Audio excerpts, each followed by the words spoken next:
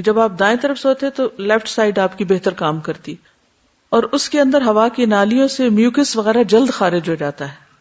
یہی وجہ ہے کہ ایسے مریض جن کو بلغم کے جمع ہونے کی بیماری ہو انہیں دائیں کروٹ لیٹنے کا مشورہ دیا جاتا ہے تاکہ مزید پیچیدگیاں پیدا نہ ہوں.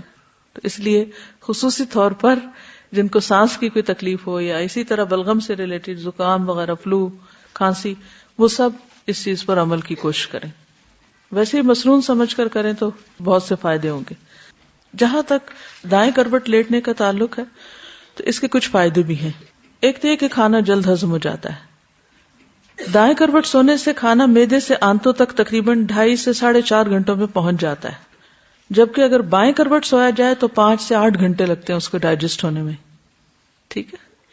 دوسری بات یہ کہ بائیں پھیپھڑے کی کارکردگی بہتر ہوتی ہے. بعض لوگوں کو بچپن سے الٹا لیٹنے کی عادت ہوتی ہے، اور اس میں بھی ماؤں کا بہت بڑا قصور ہے، کیونکہ بچے الٹا لیٹ کے جلدی سو جاتے ہیں تو پھر وہ ان کو الٹا ہی سنانا شروع کر دیتے کہ اس طرح ڈرتے نہیں ہیں اور سوئے رہتے ہیں. پھر وہ عادت بڑے ہو کر پختہ ہو جاتی ہے.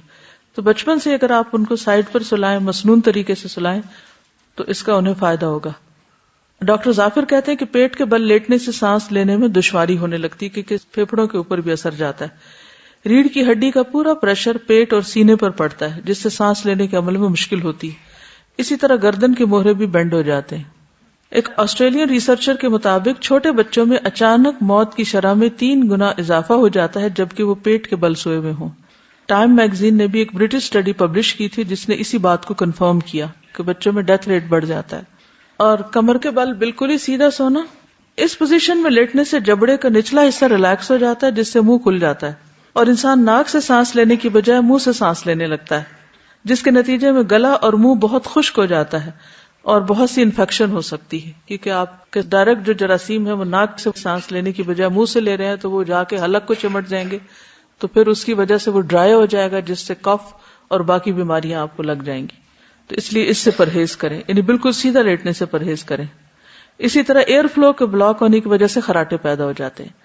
اور بائیں کروٹ پہ سونا جو ہے، اس پوزیشن میں دل پہ بہت پریشر پڑتا ہے کیونکہ دل بائیں جانب ہے تو سارا بوجھ اس پہ آ جاتا ہے، کیونکہ دائیں پھیپھڑا جو نسبتاً بڑا ہوتا ہے وہ دل کے اوپر آ جاتا ہے. ٹھیک ہے، یعنی آپ بائیں طرف سوتے ہیں تو دائیں پھیپھڑا جو نسبتاً ہیوی ہے یا بڑا ہے وہ دل کے اوپر بوجھ ڈال دیتا ہے.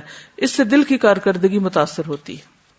اب یہ باتیں تو ریسرچز بعد میں ثابت کر رہی ہیں اور نفع اور نقصان اور بہت سی چیزیں ہمیں پتہ چل رہی ہیں، لیکن آپ دیکھیے کہ اللہ کے رسول صلی اللہ علیہ وسلم کی سنت سمجھ کر اگر ہم کوئی کام کرتے ہیں تو دنیاوی فائدہ بھی ہے اور آخرت کا فائدہ بھی، دونوں ہی فائدے ہیں.